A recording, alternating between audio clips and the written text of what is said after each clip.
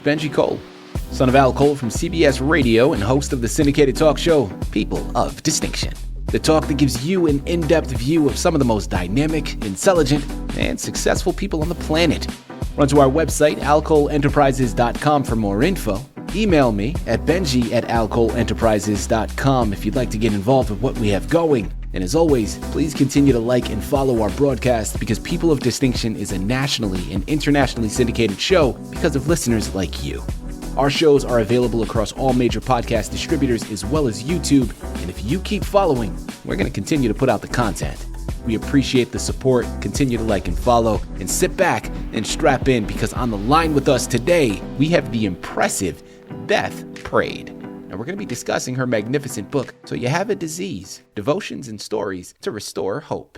Now it's available for purchase through Amazon, barnesandnoble.com, all the regular online book resellers. Head on over there today. Pick up your copies. I'm going to tell you why you need to do that in just a moment. Before we go any further, I want to take this opportunity and point out the fact that Beth was brought to our network, People of Distinction, today by one of the best firms in the business, people you already know. I'm talking about CITI of Books. So for my writers out there who have gone through their process creating their masterpiece and now you need help moving the book you just developed, head on over to cityofbooks.com today. Gather all the fantastic ways that their team is going to help you do just that. Once again, that's cityofbooks.com. And listen, it is an absolute pleasure to have Beth here on the line. People, I'm telling you, right there in the title, you got an idea of what we're discussing. This book is a remarkable resource. I'm going to take it even a step further. Not only does this book provide hope to people struggling with disease, but it's filled with biblical verses and personal stories taken directly from Beth's life. And people, listen, whether you're dealing with the disease or not, this is the book for you. Because I know you're dealing with some sort of adversity. We're all dealing with a lot.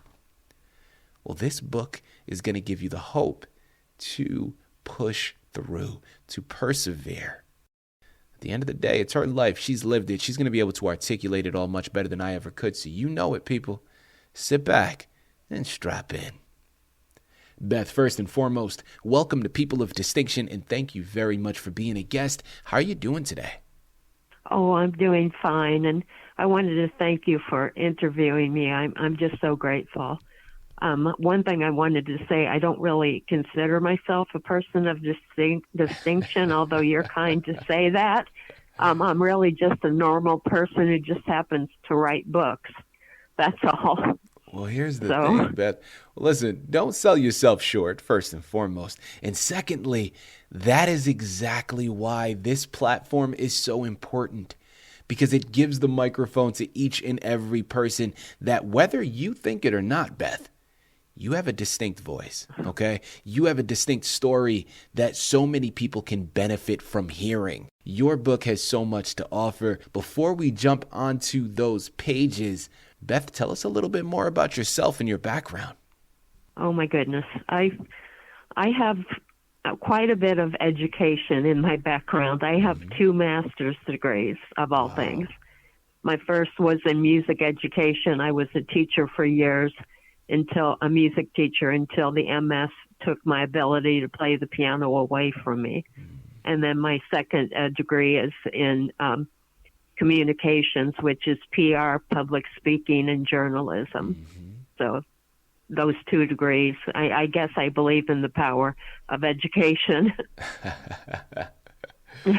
Well, listen, I'm right there with you. As someone that has a lot of educators within my inner circle, within my family, I understand the importance of education. Either that or I don't know what I want to be at when I grow up. Well, that could also be the That's case. Silly. Right? Do we ever know? That could be. Right. Do we ever know entirely, Beth? I don't know. Listen, we value the education. We are thoroughly looking forward to this. You have a lot to offer, so let's not hold off any longer. Your book is called So You Have a Disease, Devotions and Stories to Restore Hope. Tell us a little bit more about it. Oh, that book, it's amazing. It almost didn't happen at all. I was working on the book because I thought it would be helpful to someone who has a disease of some kind. But then I got bad news from my neurologist that my MS was going to be fatal for me eventually. Oh, and so for 2 years, I quit writing the book. I completely quit. And then I had a wacky dream about my funeral, of all things. whoa. That's not a dream you have every day. No, not at all. And listen, you can't drop a bombshell like that on us. We got to go further in depth. Talk to us a little bit more about this dream that was ultimately the precipice that set you on this journey. Yes, it was amazing. That dream that I had, I could see my body laying there in a casket, and I could see people that I knew milling around. And then the minister began speaking about my life. He mentioned that I was a music teacher for years. Mm-hmm. And then he mentioned that I wrote books. And he mentioned I have a children's book that I did with my dad, Jack Praed. And then he said, but the book for which he's best remembered is her devotional about disease. And when I woke up the next morning, I remembered that dream. And I remember thinking, wow, I'm not going to be remembered for something if I don't at least finish it. Mm. So I finished the book, got it published by Crosslink Publishing, now being marketed by CITI of Books, and now it's won a national award. That was God wanting that book to be out there. Absolutely. Can you discuss a time, and you've already started to go into it, of course, receiving that fatal diagnosis would really put anybody in a catatonic state, right? And make you just not want to do anything. So we relate to that. But can you discuss a time when you felt overwhelmed by your struggles and how you managed to find hope and encouragement during that period to persevere? It's been very difficult having this disease. There have been numerous times that I felt really discouraged. I've had, as of this December, I will have had it for 29 years. And I've gone from walking with a cane for 15 years and driving with hand controls on my vehicle for that amount of time to walking with a walker, and now I'm in a wheelchair. So it's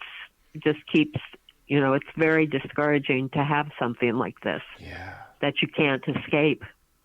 And then being told by my neurologist that it will be fatal, she's probably correct, but I try not to listen to that because only God knows when I'm going to die and from what condition. Mm-hmm. Who knows, a meteor could come through the ceiling right this minute and take me out. So Who knows? Yeah. And that's a great point that you bring up because, listen, people, we can be taken at any moment by almost anything, right? Life is fleeting. Well, follow-up that I want to go into is, what are some of the specific tools or practices that you have utilized yourself that maybe you also offer in the book to help your readers, help yourself cultivate resilience in your life based upon such tragic experiences? Well, I know one thing that I repeat repeatedly in the book, or I say repeatedly in the book, is to surround yourself with good people. I mention that again and again. Find a church that you feel comfortable in and surround yourself with good people who will support you as you journey along your path with this disease. We need good people around us to be helpful and who will listen. So Absolutely. I say that repeatedly. People, I'm loving this discussion here. The book, again, is called So You Have a Disease, Devotions and Stories to Restore Hope by Beth Praed. It's available for purchase through Amazon, Barnes & Noble. You got to go and pick up your copies because I'm telling you, it is remarkable in what it's going to be able to do for you and for your overall perception on life and mentality. This is one to add to your shelf. Beth, your book is filled with devotions. It's filled with stories. Well, I'm curious, can you share one or two key devotions from the book that you believe resonate most deeply with the theme of perseverance, and what inspired those particular entries?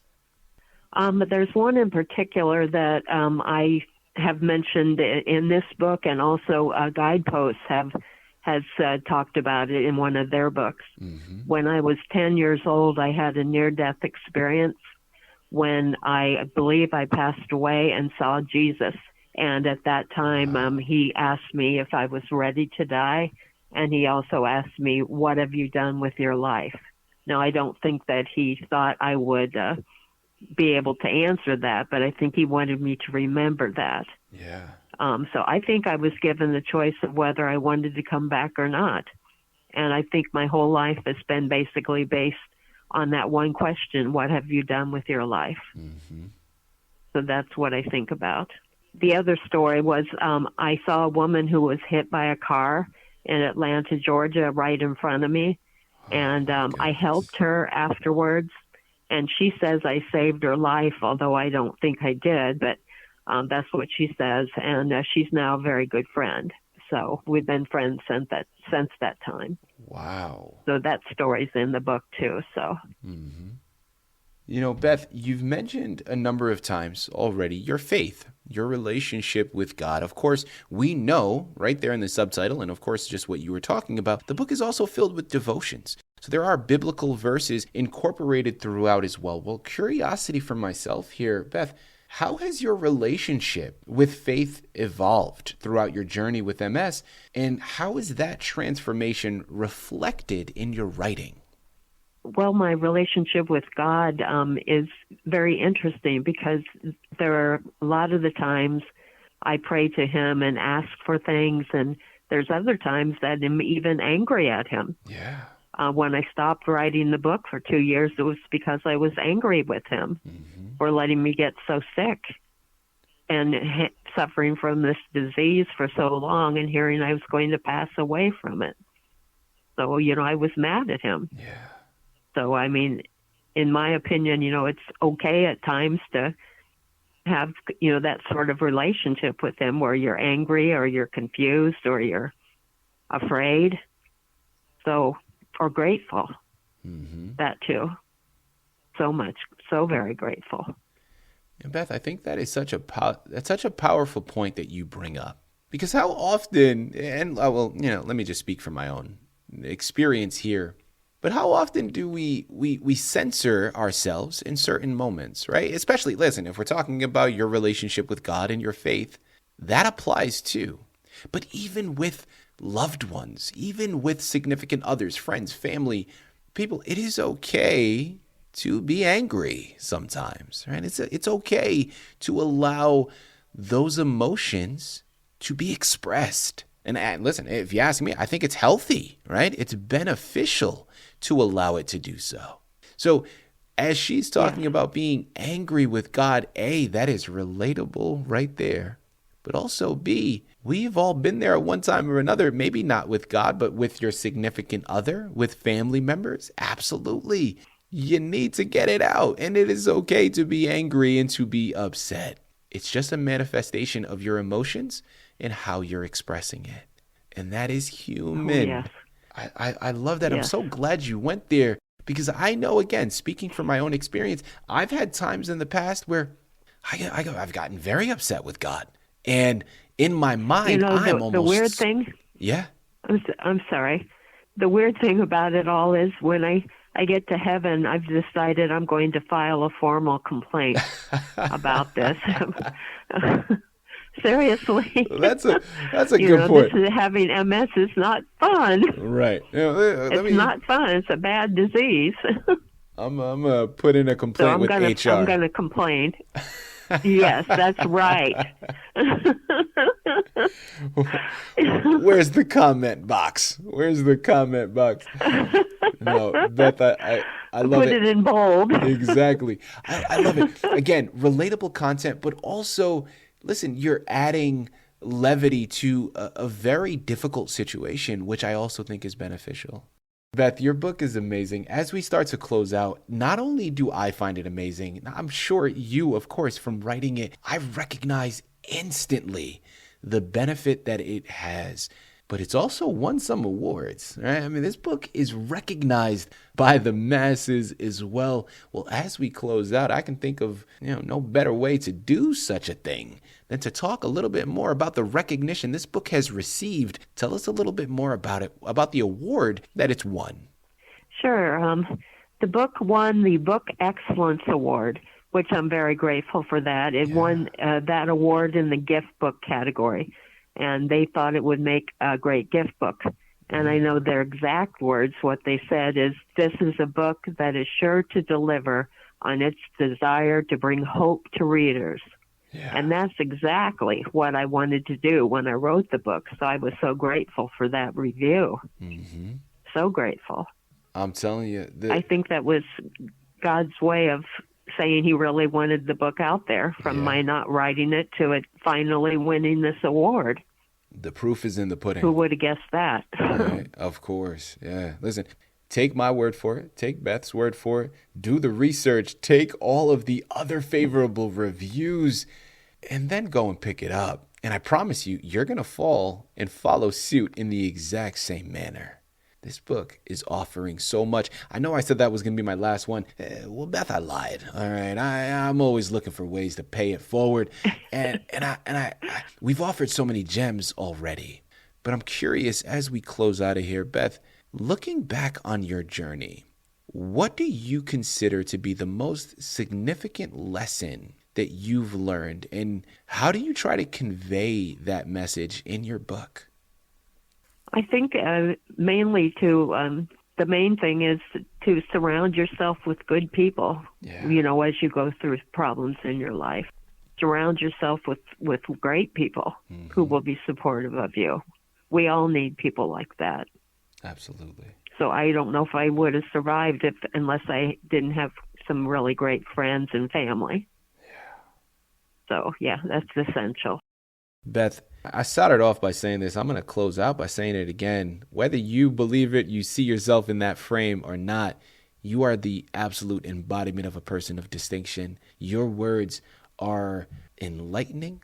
You've offered so much guidance through just this 20-minute interview that we've just completed. If your book is even a fraction of what we've accomplished here today, it needs to win some more awards. I'll say that much. Beth, this has been a true pleasure, an absolute honor. Thank you once again for being a guest on People of Distinction. You're a superb speaker. You really are. Thank you so much. I'm so grateful to you.